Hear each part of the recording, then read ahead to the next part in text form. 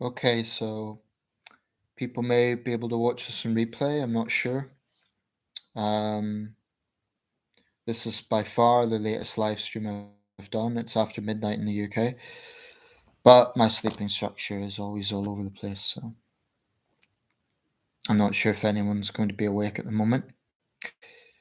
Certainly not my UK subscribers. There are not many of them. Um, there may be someone stateside or in Canada or in another country that's awake. If so, please engage, ask a question, and then see if we could get something rolling. I'll see how this goes because I haven't done a live stream at this time before. 2 views already, so that's good. It may take may take about 30 seconds, guys. If you're trying to comment, I'm not quite sure. I think it's on like a timer thing. Anyway, I'll see how this goes. Hi, Carl. So you're a night owl like myself. I wasn't sure if any of my other UK subscribers would be online at the moment. McCool Kid Films, hello, welcome.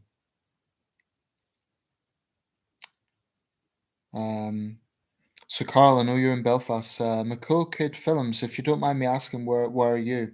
I'm just wondering if it's late here in the UK, so I'm just wondering if perhaps I'm tapping into other time zones. Glasgow, okay. So we've got two more night owls. Yeah, I mean, to be honest, my sleeping structure is appalling. I'm not in full time work. That's a big part of it. I work part time. I'm a tutor. I teach online, teach the English language, and I have a lesson tomorrow actually, so I can't stay up too late. But the problem with inconsistent work, not only do you not get a lot of money, yeah, it does do something awful to your structure. But my mind's active at this time, so that's that. Um, I was wondering what job you have. Yeah. It's a part-time job, so I call myself an English tutor. I've also trained as a journalist though, and I'm hoping one of these days to finally get started with that. I procrastinated because I just had a lot of distractions this year, but I have a press pass now, which is valid for 2 years, well, 1 year now, but I want to do something with that. I guess I'm just a little bit wary of that first step because it's like trying to get a book published, trying to get your first commission. Yeah, I mean, I don't mind teaching online. It's fine. The money is not great because my students are Chinese and I mean, they're reliable. They pay me on time, but it's Paul, welcome. Um, Yeah, it's an okay job. I've been doing it for 10 years. It's always kind of supported me, but it's definitely not something it's not really a stable job. It's enough to live on just about, but it's not ideal, if I'm being honest. But I like teaching. There's definitely worse things. My students are, they vary in their ability. I was teaching a little girl today. She's the niece of my other student. She's really, really elementary. I think she really needs to develop her confidence, so I try to focus on that. My other students, her aunt, I also teach, who's a middle-aged woman, and it's just a question of her practicing her spoken English. And my other student is practicing for ELTS, so basically three different age groups. ELTS is the UK entrance examination that foreign students have to take. Paul, have you seen the Joe Rogan Tulsi Gabbard interview? Interested to see your take on it. I haven't, no, to be honest. There's a lot of podcasts out there and a lot of people I'd sort of be interested in. Joe Rogan's one of them because someone who I don't know if she's interviewed him or if she's been on his show, Melissa Chen, I'm connected with. She's a Singaporean American journalist, and I have a lot of time for her. She's centrist, I think, and she just talks a lot of sense. Tulsi Gabbard, I mentioned this before. Apparently, she's left the Democrats in part because of the woke ideology, which I totally understand. I have to be honest, I don't have much time for Tulsi Gabbard because I think her stances on foreign tyrants is something I have a big problem with. I mean, she always passes it off as pacifism, but there's only so far you can basically take that narrative with someone like Putin. So, but that's, there's a lot in that. Dobro Jutro, McCook films. I've been to Glasgow. Yeah, I've been to Glasgow about 4 or 5 times myself, but it's been a while now. The last time I was in Glasgow was with my father. Before that, one of my Chinese friends, she wanted to see a UK city, and I thought, well, okay, well, bring her up to Glasgow for the day, and we had a good day there. So, but it's been a while now. My parents live in Dumfries and Galloway, so they sometimes go up there. It's it's a few hours by train, but they can do it. Actually, in Scotland, there's free transport for pensioners, so my parents certainly make use of that.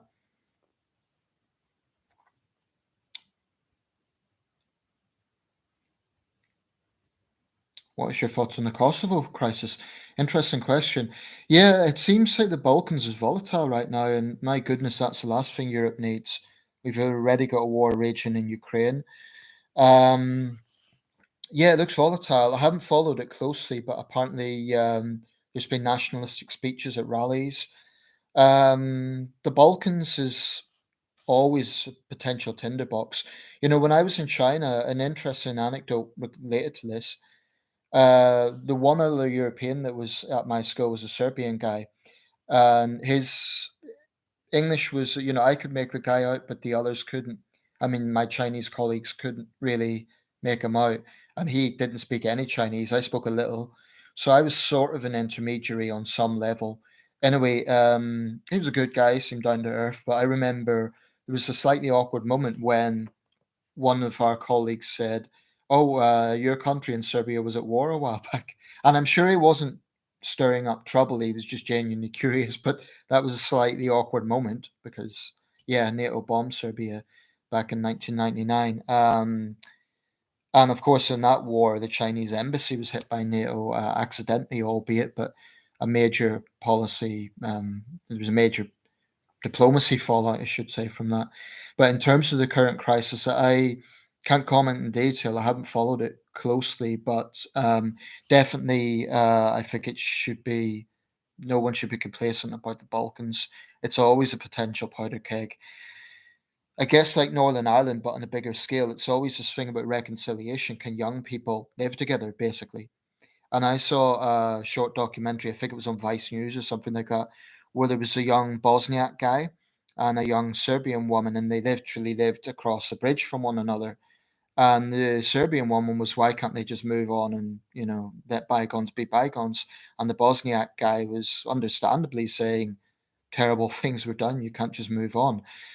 Of course, like a lot of conflicts, it wasn't black and white. There were atrocities on both sides, but I think that when it comes to Kosovo and that part of the world, nationalism is toxic.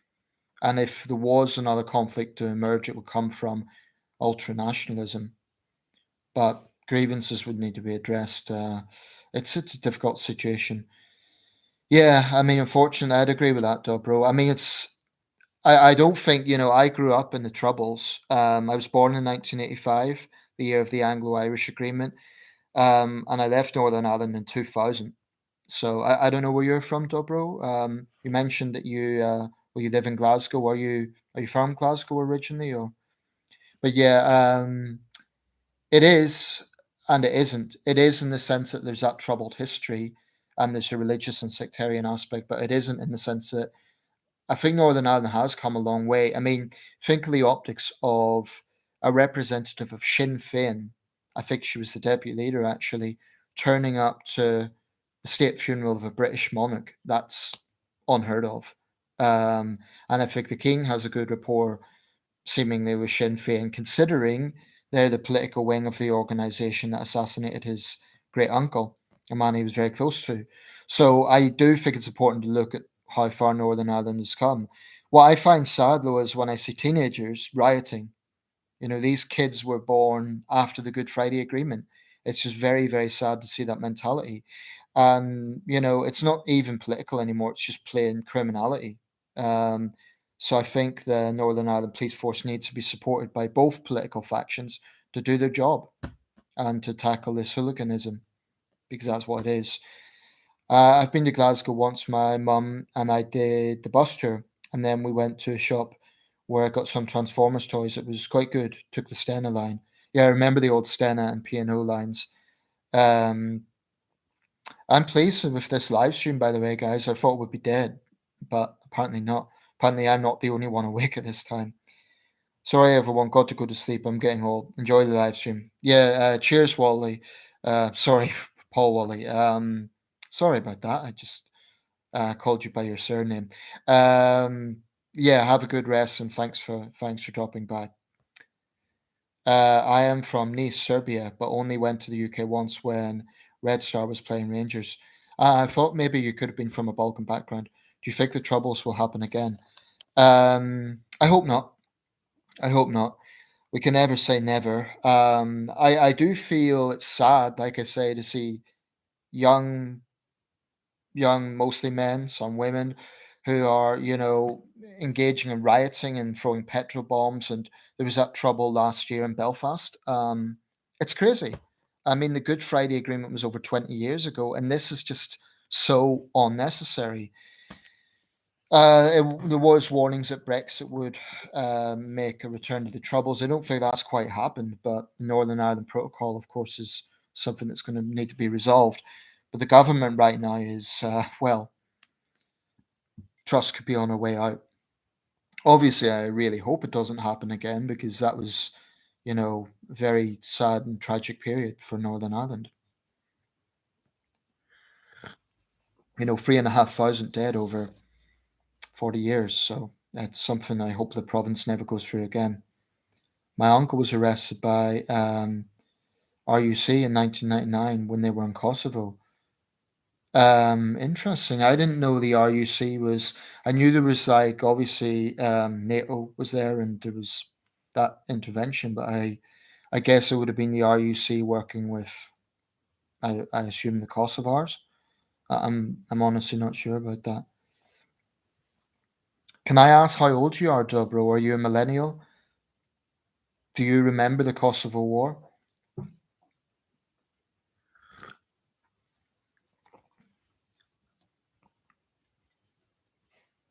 I remember it, but only as, like, I wasn't really into the news at the time. I only remember it because it was in the background. But the first major news event I remember was the death of Diana.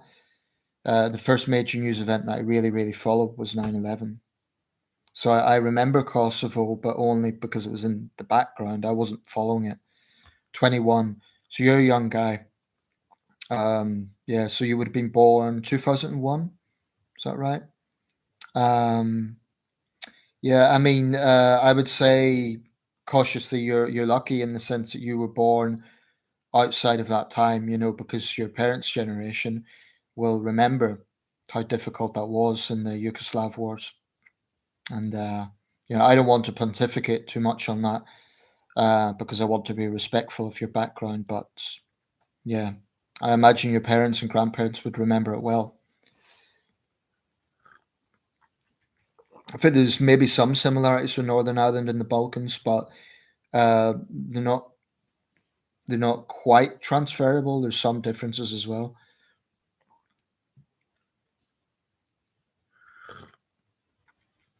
2001, I was going through quite a difficult time because we were living in a rough part of the city, me and my family, and we had a lot of hassle from yobs, basically, like serious antisocial behaviour.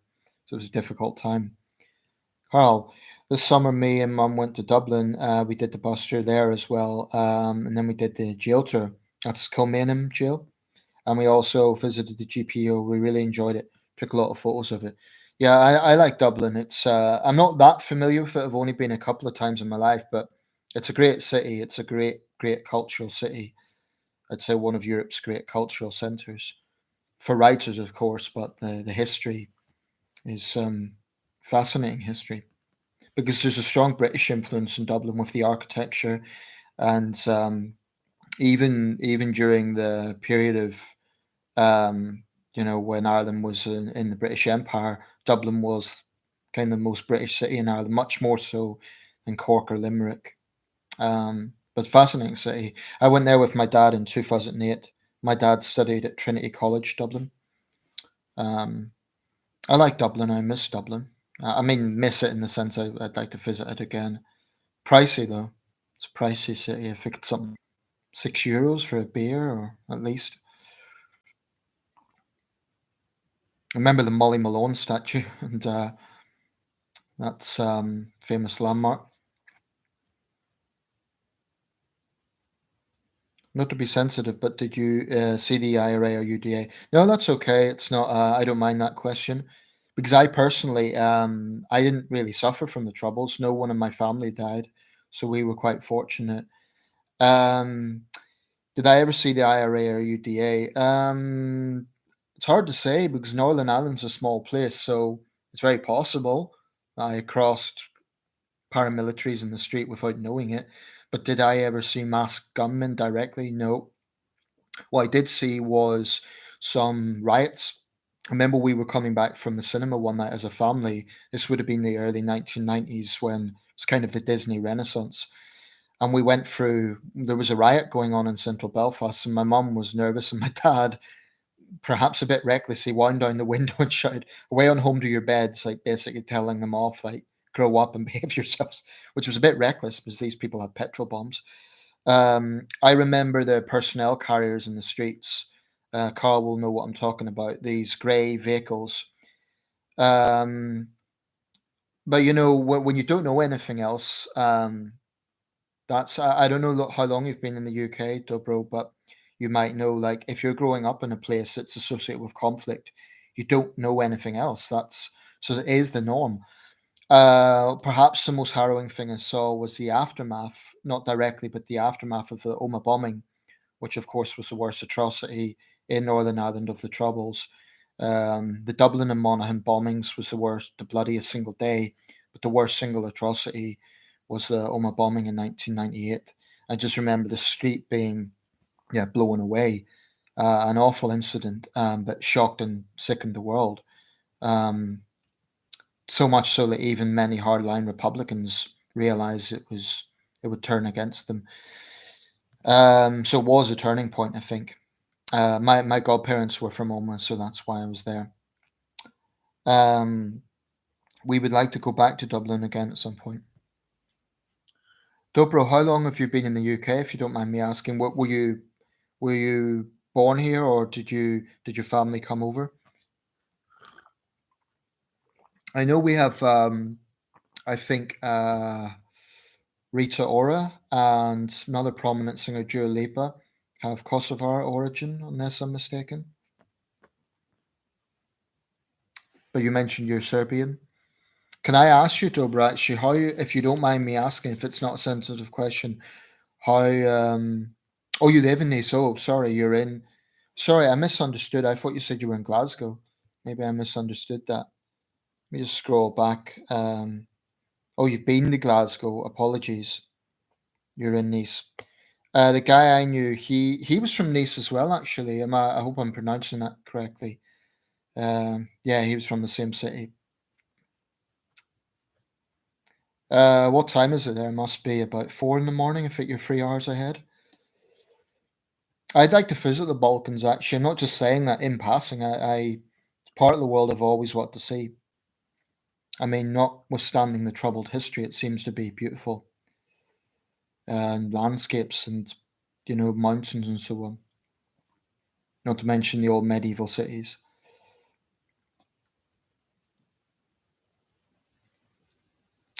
So would you say you're Serbian, Dobro? Is that your, well, yeah, of course. Silly question. I guess it's just because 1 in the morning? 1 in the morning? It's 20 to 1 in the UK. I thought you'd be 2, 3 hours ahead in Serbia. Hmm, that's interesting.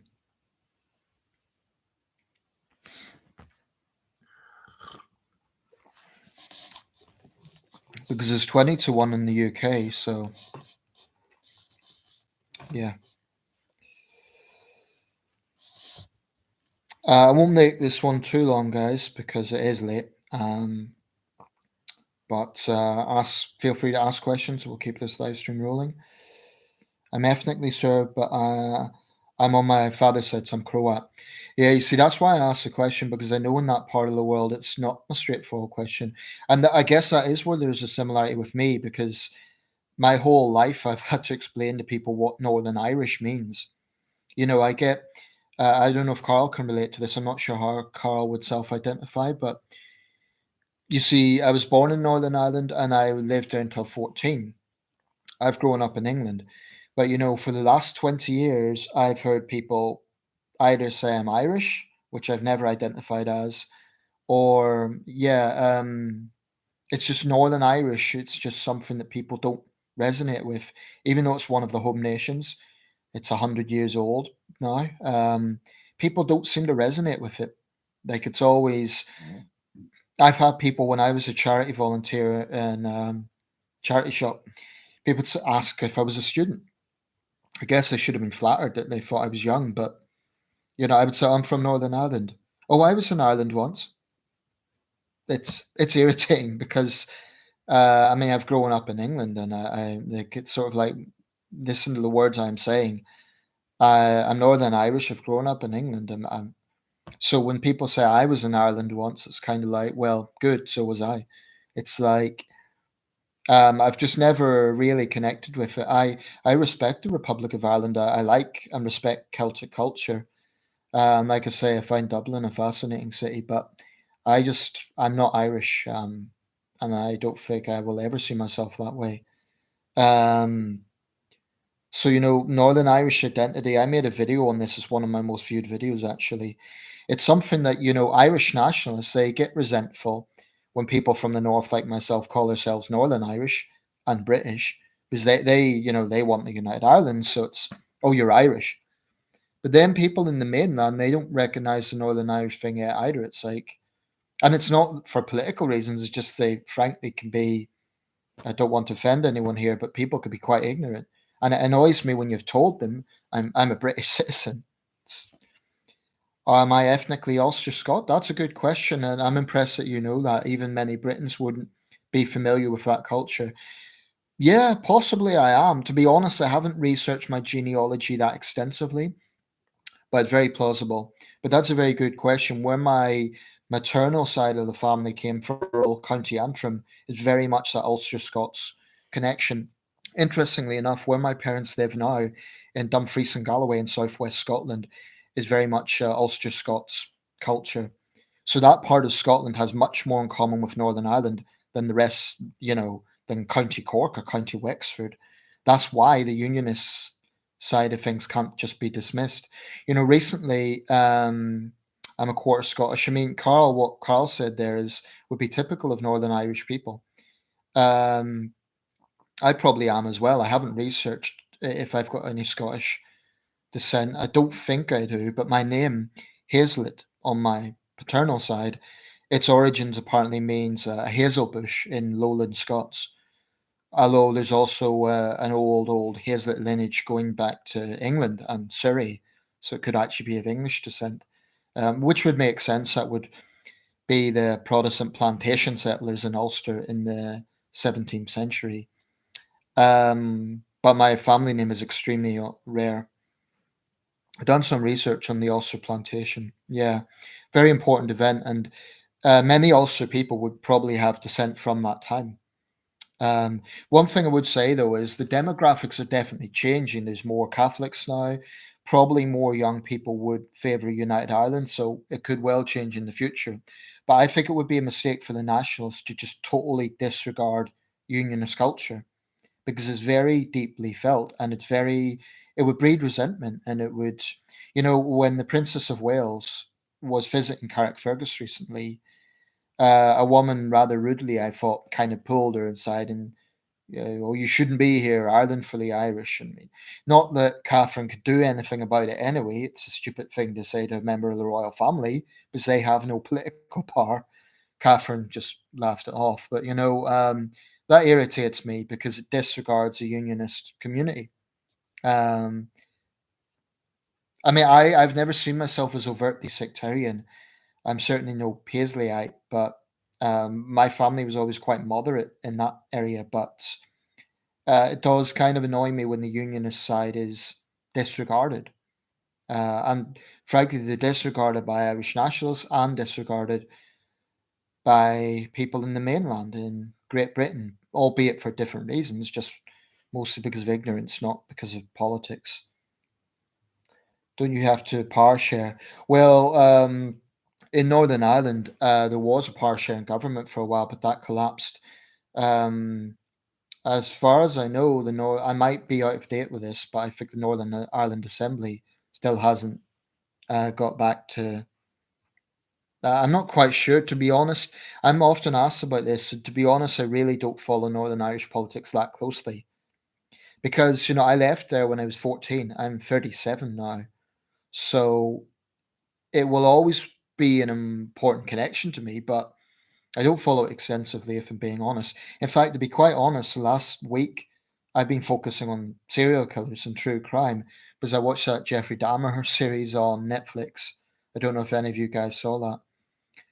But Dobro, this year marks the centenary of Northern Ireland, so perhaps it is time I'd done a bit more research and looked more into that. But I don't follow it as closely as perhaps I should. But then again, why would I? Because I live in England, so events in Northern Ireland, I think they're important, but they don't directly affect me. Other than if there was to be United Ireland, my passport would be, well, the British passport would change from United Kingdom of Great Britain and Northern Ireland to the United Kingdom of Great Britain, ostensibly. I used to see myself as Unionist British, but now I'm more neutral now and see myself more as Irish, Northern Irish. That's interesting, Carl, because I think. Can I ask, Carl, how old are you? I apologise if I've already asked that question, because I do think that a lot of younger people in Northern Ireland feel that way. My sister, incidentally, always calls herself Irish. My mum sometimes. Oh, you're 21 as well, so you're a young guy, so that's interesting.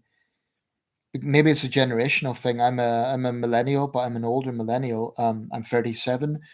So I was growing up at a time when the unionist component was still the majority. Now I haven't been in Northern Ireland for 20 years, apart from when I visited for my grandparents' funerals. But that's interesting. So it's interesting that the sentiments are changing, and I think it's going to be that'll be the reason why there might be United Ireland. I'll be honest, if it happens, it'll be a very, very strange feeling for me. As far as I'm concerned, I'm still British, and that's nothing to do with hostility towards. I believe in democracy, so if there is a referendum and a majority favour going back to a United Ireland, I think it's quite plausible in the future. I'll support it, but honestly, I'll feel a bit strange about it because I do think that the Northern Irish Unionist history and identity can't just be dismissed. Um, so I think the nationalists need to reassure them if they get the power that the Unionists won't be persecuted or kind of kept down. I think both sides need to be respectful because one issue in the Troubles, of course, was the Unionist majority did discriminate. I think there's no doubt about it. They did. Um, Something similar happens in Kosovo during the 1600s when the Ottoman Empire sent certain Muslim Albanians, gave them cheap land to rid Kosovo of the rebellious Serbs. Yeah, I know that part of the world. I mean, if we look at Kosovo, we couldn't go right back to the 1389 Battle of Kosovo, which I know it's. I would compare that actually, the Battle of Kosovo, the medieval Battle of Kosovo, to the Battle of the Boyne in Ireland. Both battles have a huge, huge influence, probably much bigger than the actual scale of the battles themselves in terms of the history of the subsequent conflicts. I think we could probably make a comparison there. And what you're talking about, I must admit, I'm not that familiar with it. I've got a book on Kosovo, the history of Kosovo, but I haven't read it yet. Um, we lost that battle. Yeah. Unless I'm mistaken, the Battle of Kosovo was involving the Ottomans. Is that correct? I could be getting that wrong, but I think it was the Ottomans versus Serbs. Mm.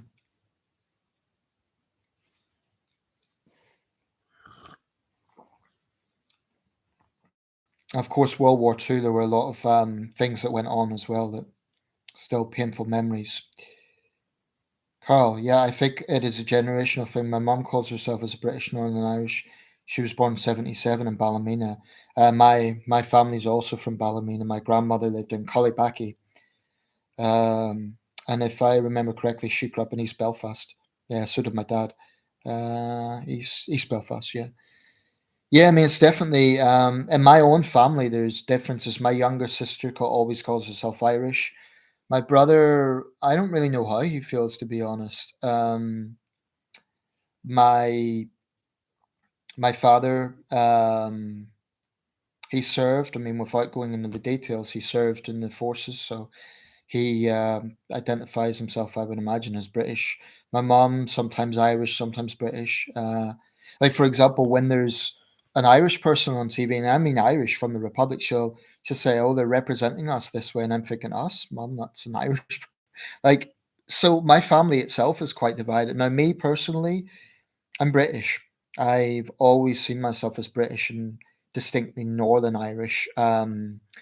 But it's not a case of being like I've sometimes heard nationals say, "Oh, you think you're English." No, I've never said that I'm English, and I'm not English. I'm Celtic. I mean, it's a Celtic culture. Even Ian Paisley said that. This is where I think unionism's misunderstood. It's fiercely pro-British, but it's not trying to be English. That's a big misconception.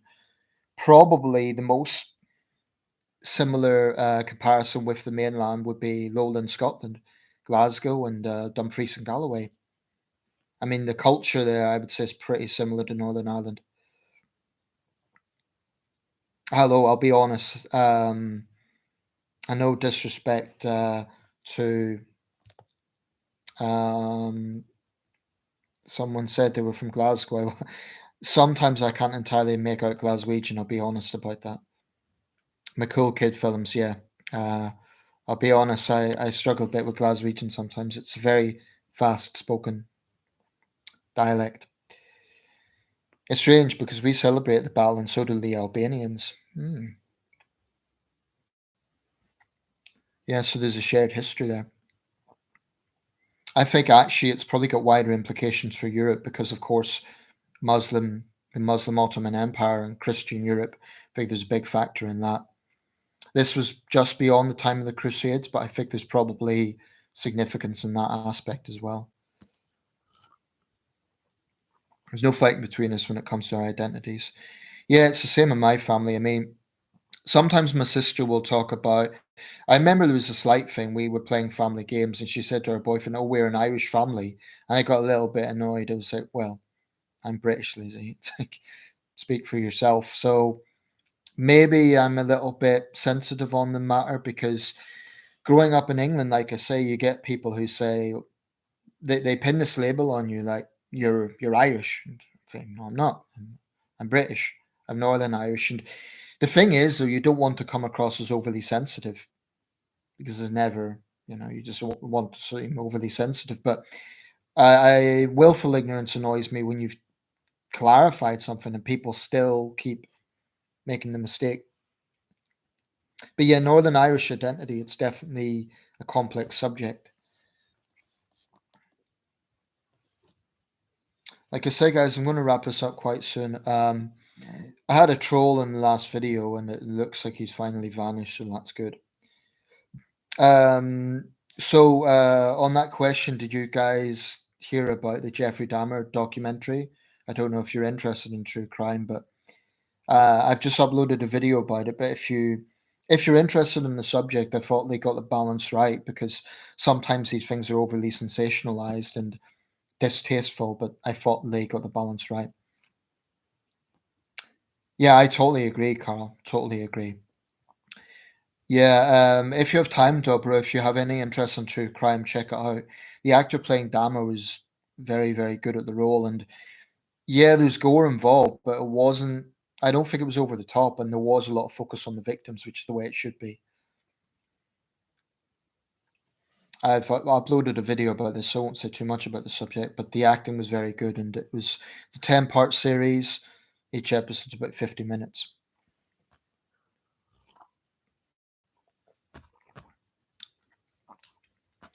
You know, guys, I may as well mention now, thank you firstly for all your support, but also, I really want to do something with this channel, but there's limits on what I could do in terms of technology, and also, with monetization, sometimes people ask me this: why don't I get monetized, or why don't I make profit from this? I love to, but the last time I was monetized, YouTube puts creators in a corner where they have to constantly edit their own work, and it's very difficult actually. But I might look into that again.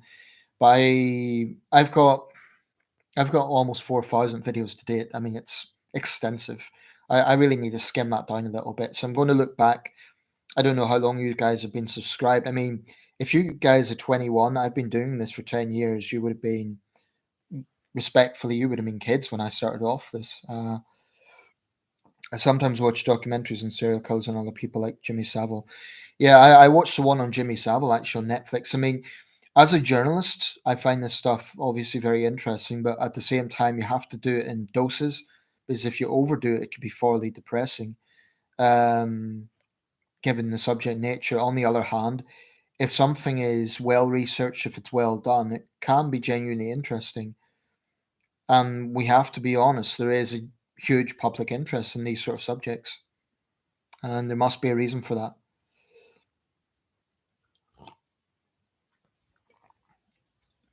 And the thing about the Savile case, of course, was how long he got away with it. It was a complete disgrace. In the Dahmer case, I mean, we know in the UK with the Savile case, it was the establishment basically pandered to him. It was awful. In the case of the Jeffrey Dahmer case, the Milwaukee PD was completely corrupt. It was shocking. They actually, one of his youngest victims, a 14-year-old Laotian boy, Dahmer basically told the police he was his 19-year-old lover, and they basically handed him back. Disgraceful. And of course, I've watched Seconds from Disaster and Air Crash Investigation. Yeah, I like those shows as well. My dad also watches those. Um, I think, of course, Seconds from Disaster covers other things. They covered the King's Crossfire of 1987 and the Herald of Free Enterprise sinking, also 1987. You know, when you think about it, in the UK, the late 80s, it was just one disaster after another because all those big things, Hillsborough, the Herald of Free Enterprise, WVF, hi, hi. All those things were happening within months of one another, you know?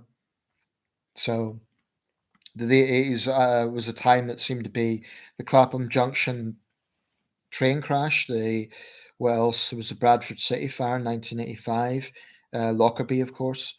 All those things happened really within weeks of one another.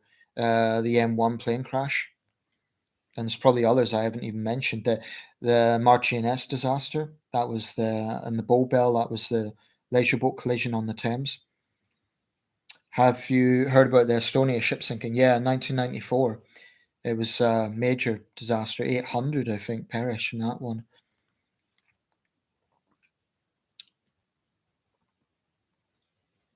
Yeah, I remember seeing a picture of that and just the freezing water, and they pulled up the hull of the ship. I think it was the worst maritime incident in that stretch of water for a long, long time. Of course, some of the world's worst maritime incidents are basically forgotten. Everyone knows the Titanic, of course, and some other famous ones, but the MV La Jolla, 2002, Senegal, up to 2,000 perished. It was deadlier than the Titanic, but it's pretty much forgotten. Um, the very year of the Titanic sinking, there was a capsized vessel in a storm off Japan. Also had over 1,000 fatalities. So if you look at maritime incidents over the years, World War II, of course, thousands and thousands of servicemen perished in U-boat incidents.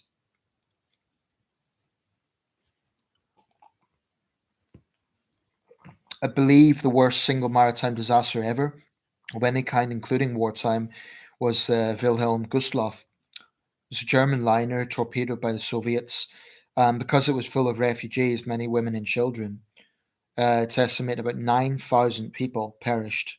It makes it by far the worst maritime disaster in history. 9,000 deaths, that's just staggering. The Wilhelm Gustloff, 1945. Yeah, there's been a few documentaries and one television film, but otherwise it's not that famous, not considering how big it was. There were, of course, a lot of incidents in the war. The Lancastria, I believe it was actually hit by the Allies, but wartime censorship and wartime situation. But a lot of prisoners of war perished, and there were a lot of the so-called hell ships run by Imperial Japan. Some of those incidents were very, very deadly. So if you look at a list of World War II sinkings, it's staggering. Most of them are largely forgotten today. Okay, guys, I'm going to give this another 5 minutes, I think, because I'm a bit tired. Have you heard about South Africa Airways Flight 295? Mm, I don't think so, not that one. What year was that, Carl? Was that on Seconds from Disaster? Just, you might need to recap my memory. I may be familiar with it if you tell me the year, if you know the year. Of course, with Seconds from Disaster, they always feature tragedies that have something distinctive about them. 1987. I don't think I know that one. What did they rule? Did they rule it was pilot error or design faults, or what happened in that incident? I might Google it actually. Let's see. I'm going to Google it right now. South Africa Airways Flight 295. I'm opening up a new page here, so hopefully I won't lose the video.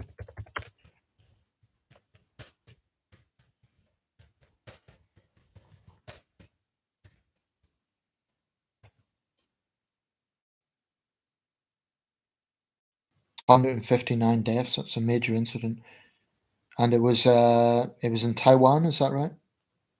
Let's see what it's saying on Wikipedia. Cargo fire of unknown origin. Sounds like it was possibly sabotage if it was unknown origin. The official inquiry headed by Judge Cecil Margot was unable to determine the cause of the fire. The lack of a conclusion led to conspiracy theories, debates, and speculation about the nature of Flight 295's cargo being advanced and a subsequent post apartheid investigation in the years following the accident. And the site was the Indian Ocean. Did they recover the black box in that incident? Hi, Alex. Welcome. Have you heard of the Congolese cargo plane disaster? Not specifically, but I know the Democratic Republic of Congo is terrible record on disasters, especially railway disasters. What year was that?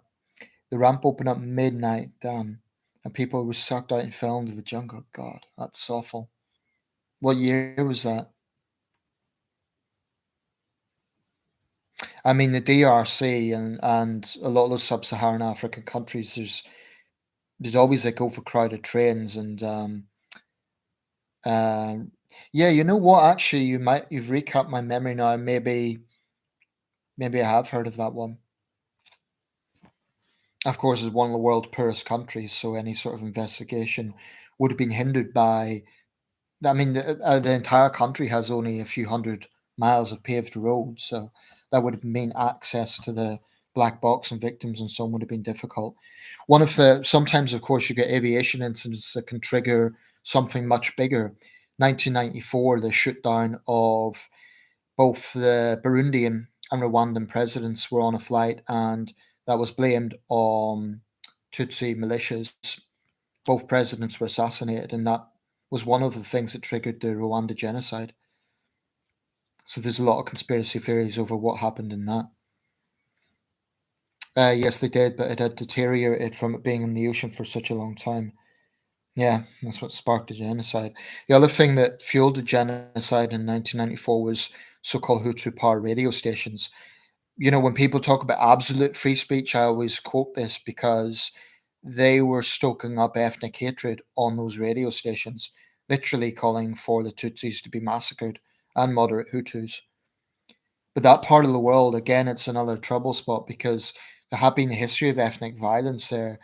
Lesser known than the Rwanda genocide way back in 1972, the Burundi genocide, and also 1993. Again, it was Tutsi versus Hutu killings.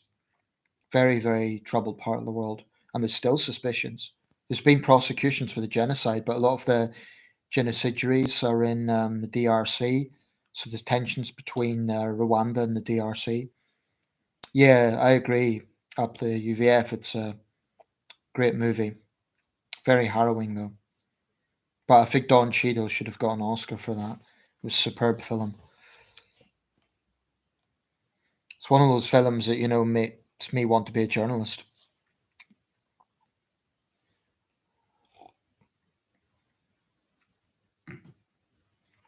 Another one, incidentally, was Welcome to Sarajevo.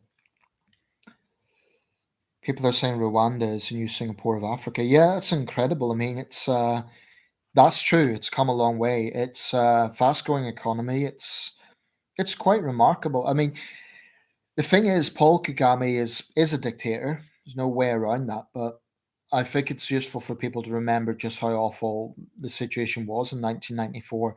One missionary said, "There's no devils left in hell. They're all in Rwanda." Now, it's not an ideal situation now, but I think it is very, very important to understand it's a small, small country and have between 500,000 and a million people slaughtered. Um, One can only, I mean, if we think about Northern Ireland, 3,500 killed over 40 years. Northern Ireland, Rwanda, about the same size. Rwanda is a little bit bigger, but to have that sort of toll over 3 months, staggering. Staggering. So I think context is very important to see how far Rwanda has come. Okay, guys, I'm going to round this up soon because it is late. But this has been a good live stream. For anyone who hasn't joined before, up the UVF, I don't think I've seen you in live streams before. Maybe you have. So welcome. Carl, thanks as ever for your contribution. Everyone. Um, Yeah, there's a sinister scene in the film where it shows the machetes arriving. The thing is, though, I'm reading the book by Paul Rusesabagina, who Don Cheadle played in the film, and he mentioned actually machetes weren't unusual for Rwandans because they were a common instrument for agriculture for cutting crops. So initially there wasn't anything sinister about that, except in the film it implies there's a big stock of them. Machetes are also commonly used in South America, again for cutting crops, but obviously can be a very vicious weapon, and they were the main weapon used in the genocide. But it was barbaric violence that went on at that time. I remember there was a story about the Belgian paratroopers who had their heels cut, the Achilles tendon on their heels, so they couldn't escape. 11 Belgian paratroopers. It was truly, truly dark days in that country. Okay, guys, I'm going to round this up. I think it's been a good live stream, so thanks a lot for your contributions. I'm going to do this periodically. I want to do more to the channel. I'm not sure what yet. I'm constantly distracted by other things. So, but I do want to do something with the channel. I want to edit a bit. I want to, if I can, use some technology. I really don't know. When will the next live stream happen? Honestly, my approach to this has always been spontaneous. So I don't want to set a time because my sleeping structure's all over the place. I could say, well, it will be 2 o'clock on this day, and then I'll sleep in. So I'm not going to do that. But if you miss a live stream, not to worry, you'll catch another one because I will do these quite regularly. Um, the ZVR and ATC recording are on YouTube. Okay, Carl, thank you, and Dobro, you too, and up to UVF and everyone else who's joined in. Thank you for your contribution, and you guys have a good sleep. Thanks a lot. Take care, Alex. Thanks for coming along. Good night, guys, and until next time.